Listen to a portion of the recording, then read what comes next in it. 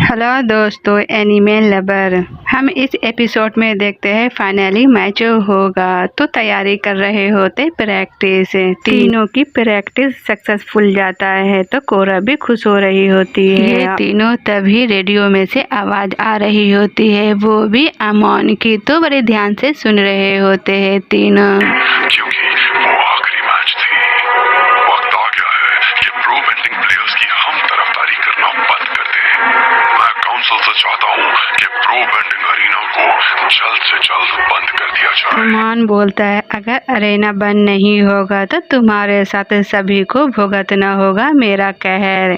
कोरा बोलती है, चलो हम तीनों सिटी हॉल चलते हैं। तभी तीनों सिटी हॉल आ जाते हैं। तीनों को देखते ही टेंजियो बोलते हैं, कोरा, ये गुप्त मीटिंग है, तुम यहाँ क्या कर रही हो? कोरा बोलती है, एवेटार और प्रो बेंडर होने की खातिर मेरी भी बात सुनी जानी चाहिए। आप फाइनल्स कैंसिल नहीं कर सकते। टेंजियो बोलते हैं, जानता हूँ ये चैंपियनशिप तुम्हारे लिए बहुत मायने रखती है, पर माहौल देखते हुए अरीना बंद करना होगा। कोरा बोलती है, और बाकियों को क्या लगता है? टारलॉक, तुम तो अमन से नहीं डर रहे, क्यों है? टारलॉक बोलते हैं, कहूँ तो मैं टेंशन की बात से सहमत हूँ।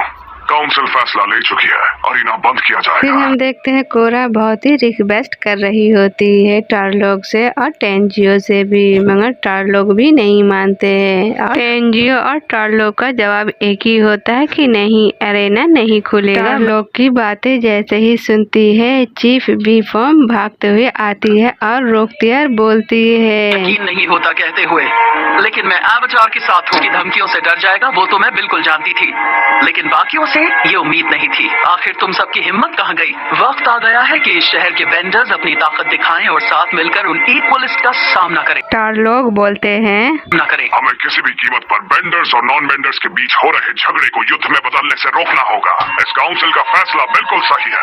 जरा सब्र से काम लीजिए टेंशन। कम से कम हमें अपनी चीफ ऑफ पुलिस का प्रस्ताव एक बार सुन लेना चाहिए। बी फॉर्म की बातें मान लेते हैं टारलॉक, टेंजियो और सभी लोग। तभी कोरा का टीम खुश हो जाते हैं। फिर हम देखते हैं कोरा माँ को बोल अरीना में पहुंच जाते हैं। हम देखते हैं इसी भीड़ में बी फॉर्म भी होती है और टेंजियो भी होते हैं और इसका आदमी भी होते हैं। इसी भीड़ में अमन के आदमी भी छिपे हुए होते हैं। ये वही लोग होते हैं बोलिन को बुली करने वाले होते हैं। फिर हम देखते हैं दोनों में मैच स्टार्ट हो जाता है और कप्तान बोल रहे होते हैं, और ये जवाबी हमला।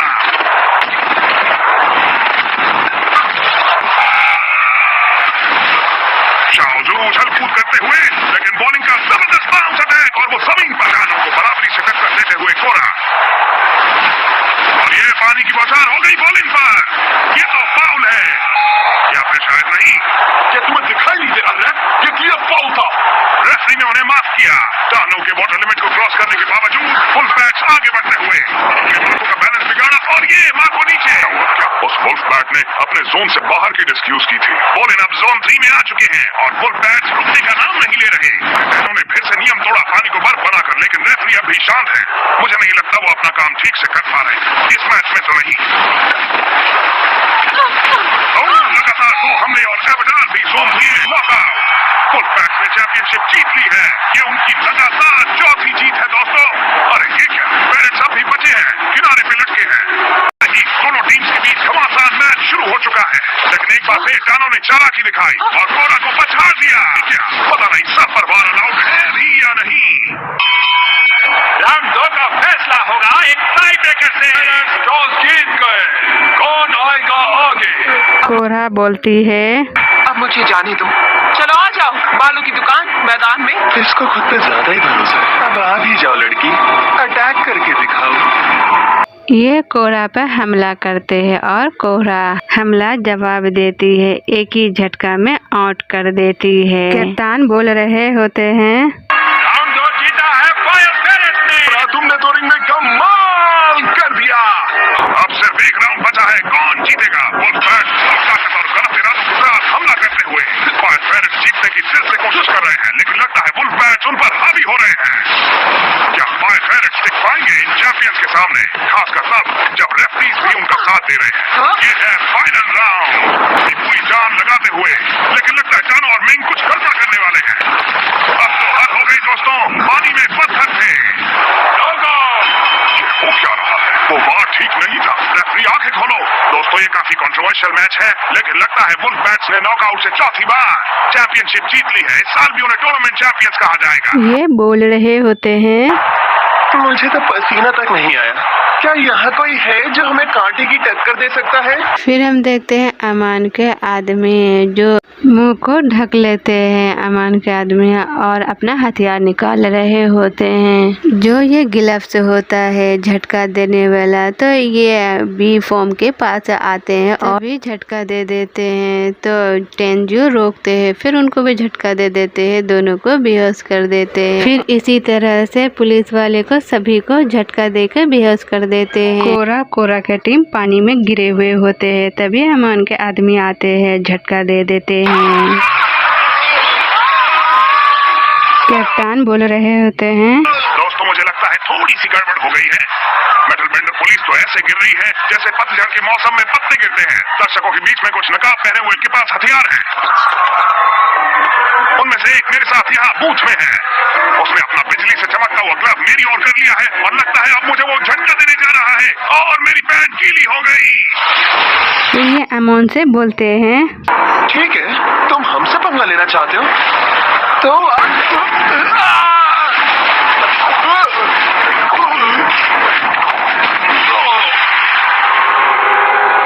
ऐसा मत करो। तुम्हें जो चाहिए मैं दूंगा। चैंपियनशिप के पैसे भी दे दूंगा। मेरी पेंडिंग मत छीनो। और इनकी अपेंडिंग छीन लेते हैं और इसको नीचे फेंक देते हैं। अमान बोलते हैं, रिपब्लिक सिटी के बेंडर्स, मेरी बात पर ध्यान देना। तो फिर एक बार वुल्फपैक्स ने प्रो बेंडिंग मैच जीत लिया है। आप सब जश्न मना रहे हो इन 3 बदमाशों का जो ये मैच चीटिंग करके जीते हैं। और मैं ये बात भी कहना चाहूंगा कि कुछ इसी तरह हर दिन तुम बेंडर्स ने नॉन बेंडर्स पर जुल्म किया है। इन्हें दुनिया के बेहतरीन बेंडर्स में गिना जा सकता है, लेकिन मुझे कुछ ही पल लगे इनसे इनकी बेंडिंग छीनने के लिए। मैं सारे वेंडर्स को कहूंगा कि इसे एक सबक मानकर चले कि अगर मेरा विरोध किया तो अंजाम यही होगा। हम देखते हैं ये पैट को जो बोलिन के पास जा रहा होता है। बोलिन और माको और कोरा रस्सी में बने हुए होते हैं। ये पैट रस्सी कुतर रहा होता है और तीनों को आजाद कर देता है। इधर अमन भी बोल रहे होते हैं, लोगों के खिलाफ सालों से वेंडर्स ने अपनी शक्तियों का गलत फायदा उठाया है, लेकिन अब मॉडर्न टेक्नोलॉजी की वजह से हम उनकी भी बराबरी कर सकते हैं। अब आप एक चीप लॉकर की शक्तियां अपनी मुट्ठी में रख सकते हो। मैं और मेरी सेना इस शहर पर अपना कब्जा जमाने तक नहीं रुकने वाले और इसी तरह पूरी दुनिया के लोगों को एक समान कर देंगे। ये क्रांति अब शुरू होती है। हम देखते हैं अमन और अमान के आदमी छत के ऊपर से निकल रहे होते हैं। तभी बी फॉर्म और टेंजियो होश में आ जाते हैं। बी फॉर्म भी अमन के पीछे भागकर जाती है और इधर कोरा बोलती है, मैं उसके पीछे जा रही हूँ। संभल कर। कोरा अमन को पकड़ने ही वाली होती है, तभी गिरने लगती है। बी फॉर्म बचा लेती है। हम देखते हैं कोरा अमन के आदमी पर भारी पड़ रही होती है और बी फॉर्म भी भारी पड़ रही होती है। अमन के आदमी को पीट रही होती है।